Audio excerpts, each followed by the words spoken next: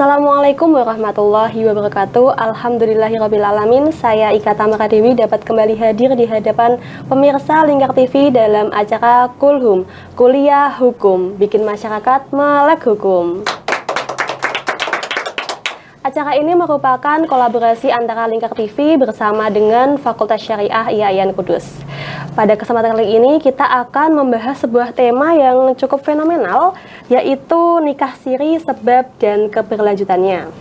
Nah, sebelumnya bagi pemirsa Lingkar TV yang ingin bertanya terkait dengan tema kita kali ini, bisa langsung mendroping pertanyaan melalui akun Instagram @lingkartv.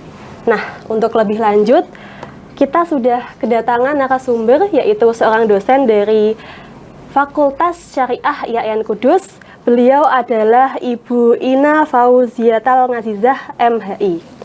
Nah, kita sapa dulu beliau. Assalamualaikum, Bu. Waalaikumsalam. Bagaimana kabarnya hari ini? Kabar alhamdulillah baik. Alhamdulillah baik. Nah, pada kesempatan kali ini, Bu, kita akan membahas dan membedah mengenai nikah siri, sebab dan keberlanjutannya. Di Indonesia sendiri kan sangat marak sekali nih nikah siri dan mengundang polemik bagi masyarakat karena pernikahan siri ini tidak tercatat di kantor urusan agama maupun di catatan sipil. Nah, untuk mengawali, mungkin bisa didefinisikan terlebih dahulu nikah siri dalam kacamata Islam. Baik, terima kasih Mbak Ika tentang pernikahan siri ya. Jadi tentang siri itu kan rahasia atau semacam sesuatu yang memang dilakukan tidak secara terbuka. Kemudian kalau pernikahan siri sendiri berarti kan ya pernikahan yang dilakukan secara tertutup, tidak terbuka, meskipun kemudian memenuhi unsur-unsur ataupun syarat di dalam Islam, sebagaimana juga yang sudah disampaikan di pasal 14 kompilasi hukum Islam, bahwa pernikahan itu bisa dianggap menjadi pernikahan ketika satu, ada ijab kabul, serah terima dari wali si istri atau calon mempelai istri kepada suami atau calon dari suaminya. Nah, kemudian adanya calon suami, calon istri, dan kemudian ada wali dan ada saksi, sebagaimana juga yang disampaikan dalam hadis riwayat atau bari yang diriwayatkan beliau, bahwa pernikahan itu tidak akan pernah terjadi ketika ada dua wali ataupun dua saksi, seperti itu. Jadi dalam Islam sendiri pernikahan siri itu ya sudah memenuhi lah bagaimana unsur-unsur atau syarat yang diperlukan dalam pernikahan, seperti itu. Sangat detail sekali ya penjelasannya ya. Nah, ini Bu, kalau menurut nikah siri ini kan terkadang dilakukan tapi adanya pelanggaran-pelanggaran mungkin tidak sesuai dengan syariat Islam, seperti si mempelai wanitanya ini tidak menggunakan atau tidak ditemani dengan wali nikahnya secara kandung.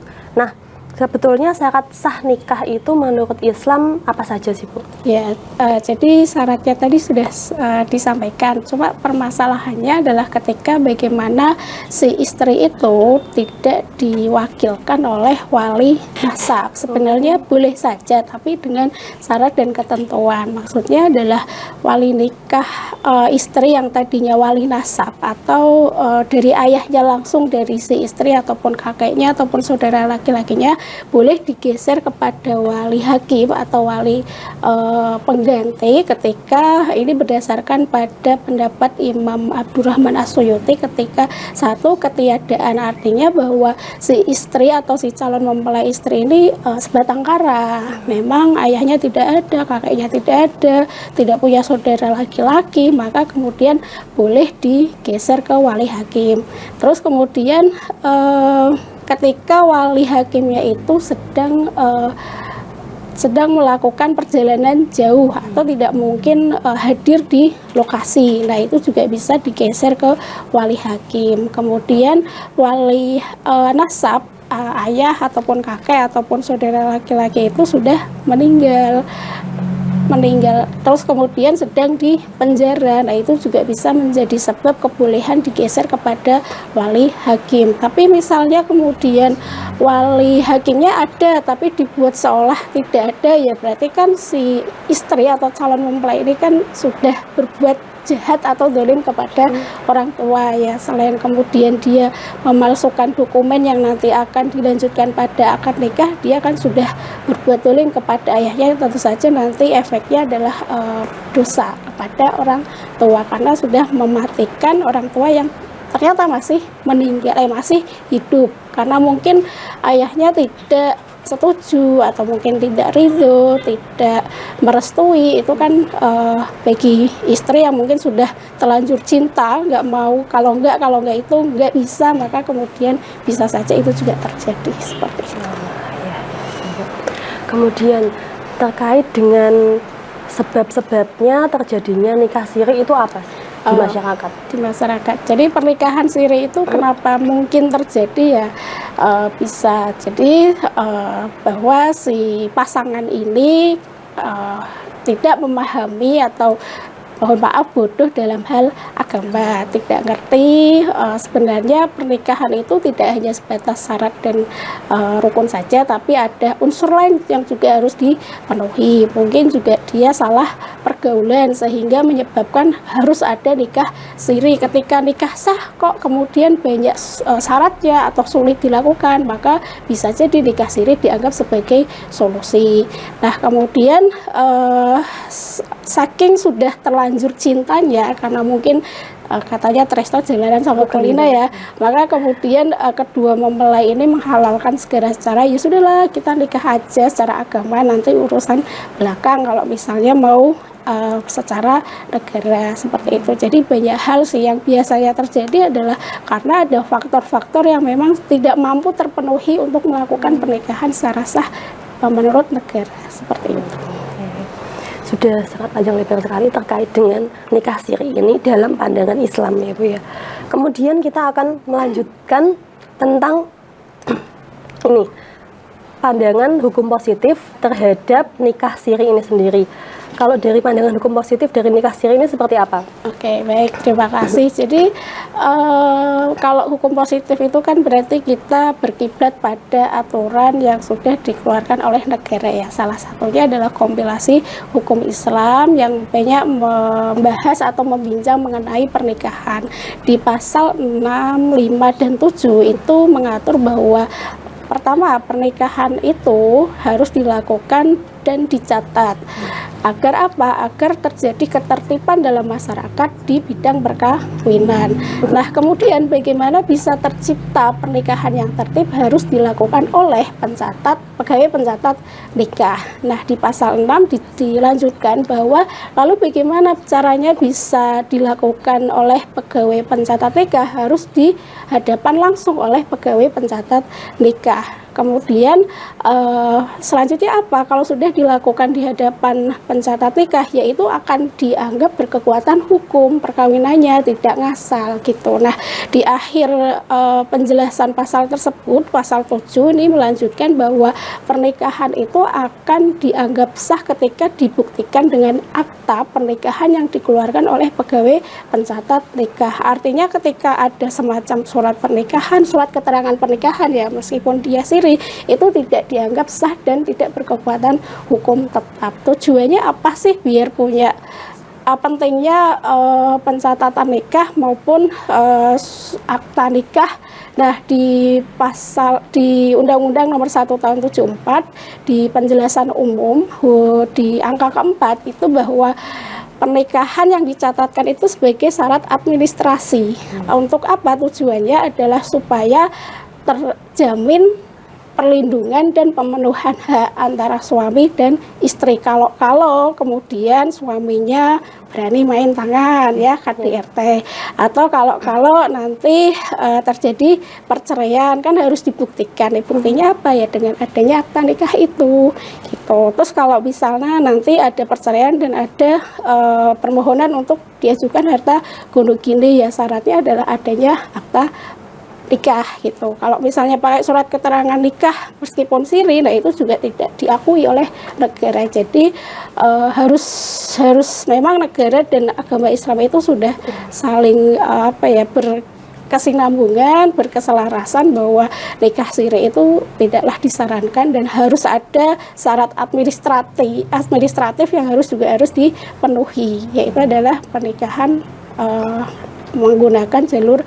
negara yang dicatatkan oleh pegawai pencatat nikah, seperti itu. Baik, berarti dapat kita tarik benang merahnya bahwa sebenarnya nikah siri ini sah ya di mata agama, Secara sah namun di mata negara itu Tidak tidak diakui, disarankan dan iya. tidak diakui.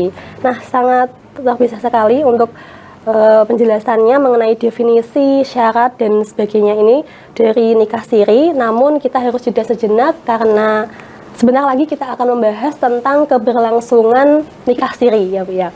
Tetap di Kulhum, Kuliah Hukum, bikin masyarakat melek hukum.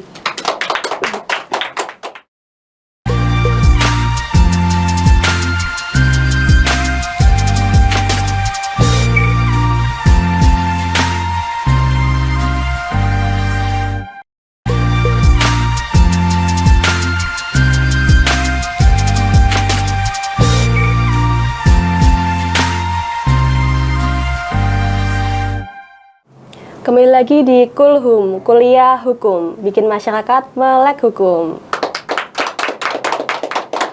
Masih bersama dengan Ibu dosen Ina Fauziatul Ngazizah, kita akan mengulik lebih dalam lagi nikah siri, sebab dan keberlanjutannya. Nah, tadi kita sudah berbicara mengenai definisi, kemudian syarat dari nikah siri. Selanjutnya ini mengenai keberlanjutan dari nikah siri, Bu Ina. Untuk keberlanjutan ke depan, apa amankah rumah tangga yang dibangun karena nikah siri? Oke, baik. Terima kasih untuk pertanyaannya tentang amankah atau tidak pernikahan yang dibangun dari nikah siri ya, dengan menggunakan atau melalui proses nikah siri.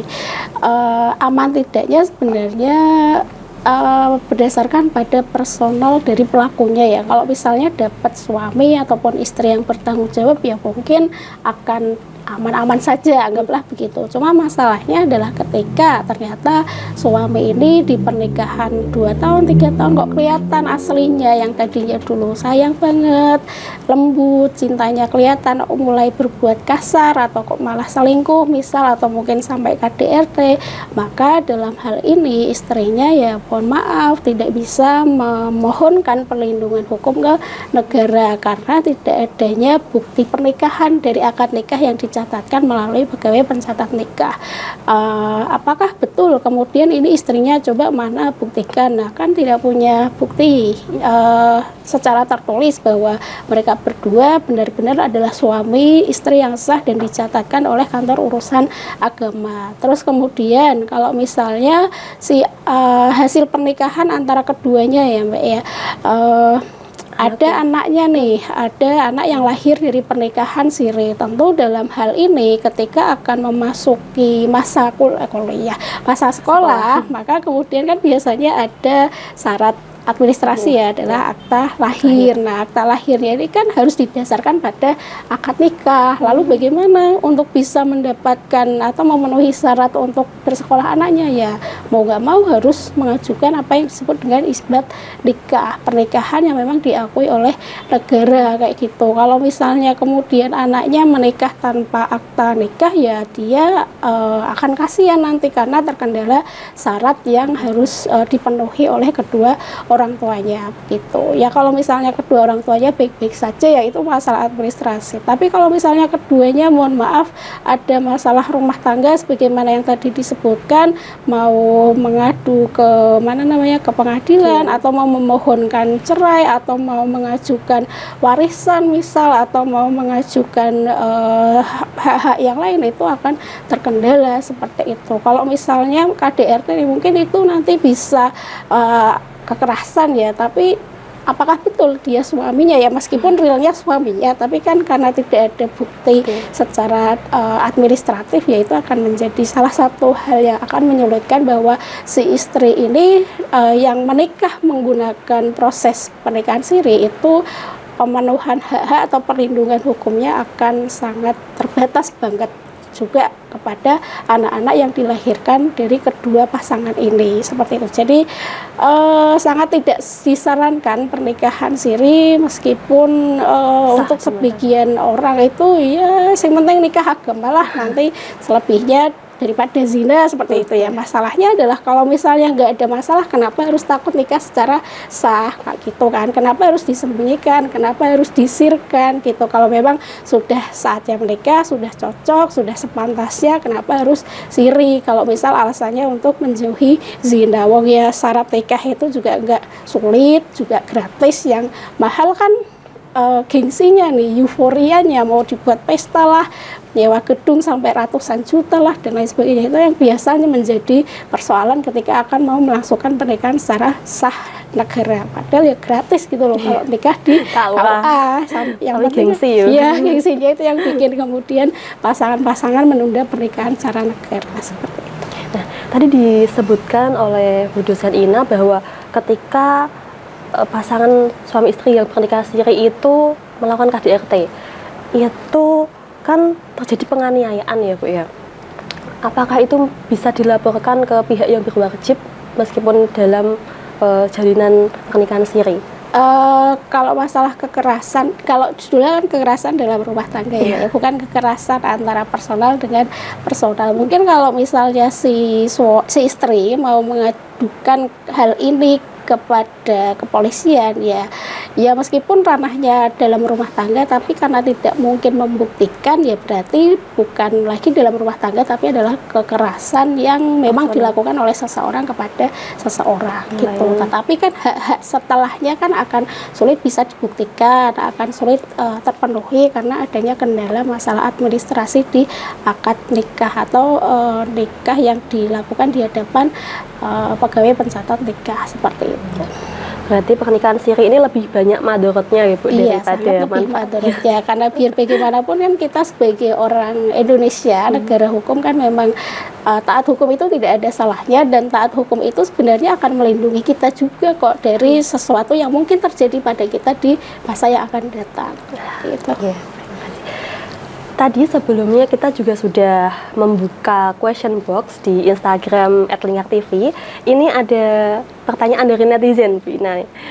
Kalau terlanjur nikah siri dan hamil, apakah bisa didaftarkan pernikahannya ke pengadilan agama agar tidak dicap hamil di luar nikah? Oke, terima kasih untuk pertanyaannya. Hal yang seperti itu sangat mungkin terjadi di sekeliling kita ya, bukan mungkin lagi, bisa aja yang kemarin-kemarin atau sekarang itu sedang terjadi. Jadi untuk yang sudah terlanjur nikah siri, hamil, apakah bisa mendaftarkan? Sangat bisa. Cuma bedanya begini Mbak Ika, untuk yang sudah terlanjur nikah siri, dia harus ada prosedur namanya permohonan isbat nikah ke pengadilan agama. Jadi kalau yang sebelumnya nikah tanpa ada siri dulu, itu kan ya gampang aja kan, tinggal ke KUA memenuhi syarat administrasi. Nah kalau yang sudah terlanjur siri itu harus mengajukan permohonan ke pengadilan agama namanya isbat nikah, seperti itu. Kalau bagaimana biar nggak dicap oleh masyarakat hamil duluan nih, ya jangan berpikir nikah siri aja gitu. Sebelum itu terjadi seharusnya ya nikah aja sesuai prosedur negara, dan kalau sudah terlanjur sesegera mungkinlah untuk mengajukan isbat nikah supaya hamil, meskipun hamil ya nggak kelihatan yang sudah hamil perut besar kan, ya masih samar kan, belum kelihatan iya perutnya belum kelihatan membesar. Jadi sesegera mungkin untuk mengajukan permohonan isbat nikah di pengadilan agama, seperti itu ya. Konsekuensi aja karena dulu pernikahannya dilakukan melalui proses siri tadi ya. Kalau langsung kan juga kayaknya nggak akan seribet itu juga, bahkan masyarakat juga akan sensitif terhadap hal yang dialaminya, seperti itu sih Mbak Ika. Ya, alhamdulillah sekali ya. Ini perbincangan kita kali ini itu sangat seru sekali Bu Ina. Namun kita sudah berada di penghujung acara. Sebelum saya tutup, mungkin ada pesan untuk masyarakat atau pemirsa di rumah terkait dengan praktik nikah siri ini. Oke, baik, terima kasih untuk peserta Mohon maaf untuk pemirsa Lingkar TV dimanapun Anda berada. Jadi untuk pernikahan siri itu sangat amat tidak disarankan ya, meskipun secara agama memang sudah terpenuhi unsur-unsurnya, syarat-syaratnya, tapi secara administratif itu sangat terbatas nanti kalau terjadi pelanggaran hak-hak atas istri ataupun anaknya oleh suami atau ayahnya, dan juga perlindungan hukumnya sangat terbatas. Maka untuk pemirsa Lingkar TV yang ada dimanapun sangat tidak disarankan sekali. Kalau misalnya mau menikah ya menikah saja, toh kalau misalnya tidak ada persoalan, saya kira menikah secara negara tidak ada persoalan atau tidak menyulitkan juga kok, dan gratis ya, bahwa KUA itu menggratiskan. Justru kalau misalnya mau dibuat yang sedemikian rupa itu malah justru akan menyulitkan Anda semua. Jadi nikah secara negara dulu, nanti kalau misalnya mau dibuat pesta ya silahkan saja di kemudian hari juga tidak ada masalah ya.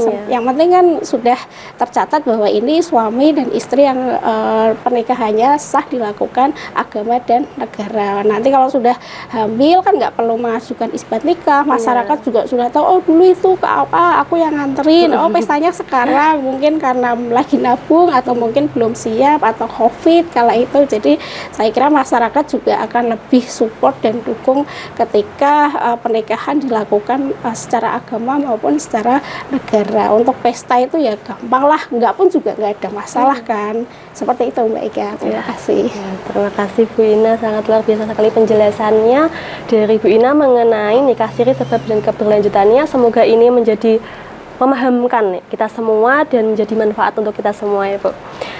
Akhir kata, saya Ika Tamara Dewi mewakili seluruh kerabat kerja yang bertugas, mohon undur diri dari hadapan Anda. Semoga kita dapat bertemu kembali dalam Kulhum, Kuliah Hukum, bikin masyarakat melek hukum. Assalamualaikum warahmatullahi wabarakatuh.